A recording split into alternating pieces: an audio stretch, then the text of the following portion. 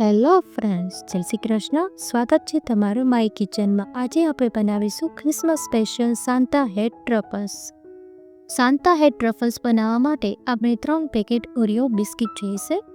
બિસ્કિટને mixer જારમાં ઉમેરી અને તેનો આપણે ફાઇન પાવડર બનાવીશું.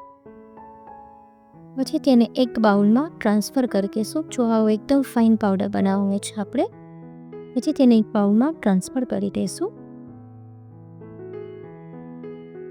તેની અંદર આપણે 3 ચમચી જેટલું મિલ્ક મેડ યુઝ કરશું. આ એક એવી રેસીપી છે જે નાના મોટા બધાને ભાવે તેવો ટ્રફલ્સ તૈયાર થશે અને આ ટેસ્ટ ભાવની જેવો થશે. એકદમ ઇઝી રેસીપી છે, ઝટપટ બની જાય એવી રેસીપી છે આ. હવે આવી રીતે મિલ્ક મેડ નાખવાનું છે અને તમારે મિક્સ કરવાનું છે.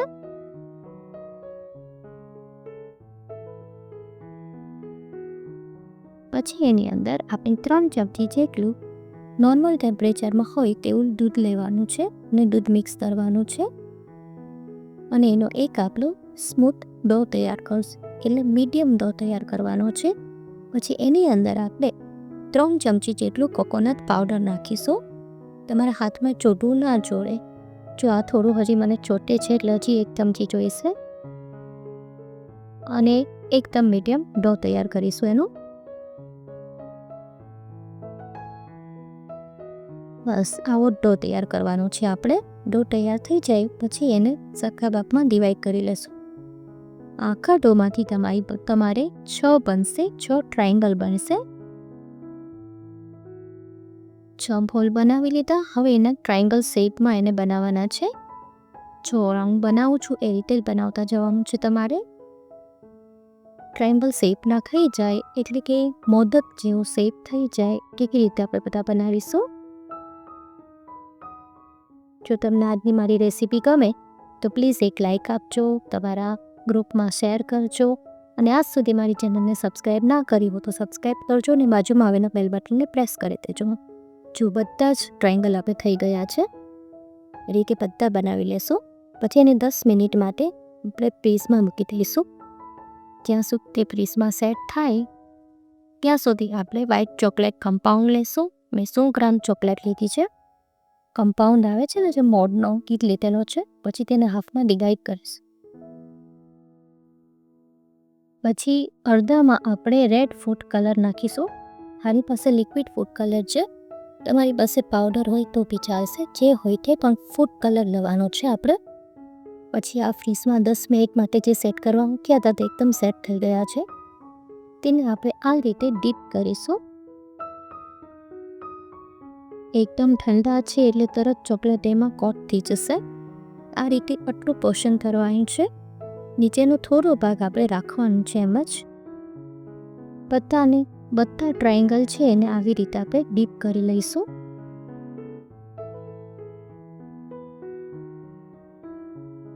પછી જે આ વ્હાઈટ છે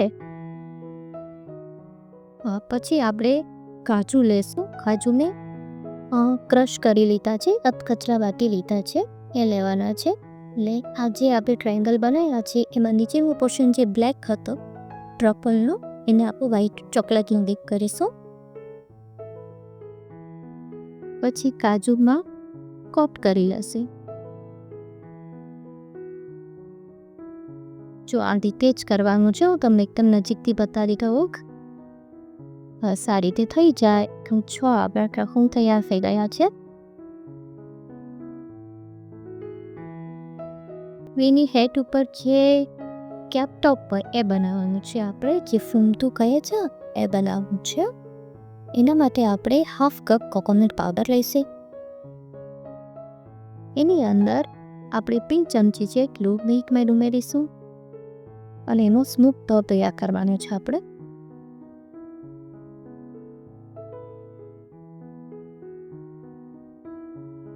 બાઇન્ડિંગ થાય એવો ડો બનાવવાનો છે. હા, થઈ ગયું છે બાઇન્ડિંગ. બસ હવે એના આપણે 6 બોલ બનાવીશું. નાના રાઉન્ડ બોલ બનાવવાના છે. જો આ રીતના જ તમારે બનાવવાના છે.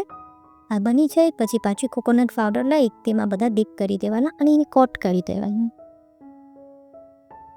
આવી રીતે હલાવશે એટલે કોટ થઈ જશે. કોટ થઈ જાય પછી વ્હાઈટ ચોકલેટ કે મેલ્ટેડ કરેલી હતી આપણી પાસે એ ટૂથપીકથી વ્હાઈટ ચોકલેટ લગાવીશું અને જે આપણે કોન શેપના બનાવ્યા છે ટ્રફલ એના ઉપર રાખી દઈશું. થોડું પ્રેસ કરશે એટલે બની જશે. આ રીતે બધા બોલ લગાવી દઈશું. બધા બોલ લાગી જાય પછી એને 10 મિનિટ એમને રૂમ ટેમ્પરેચરમાં સેટ થવા દો. થઈ ગયા ચોકલેટ ટ્રફલ્સ. Merry Christmas.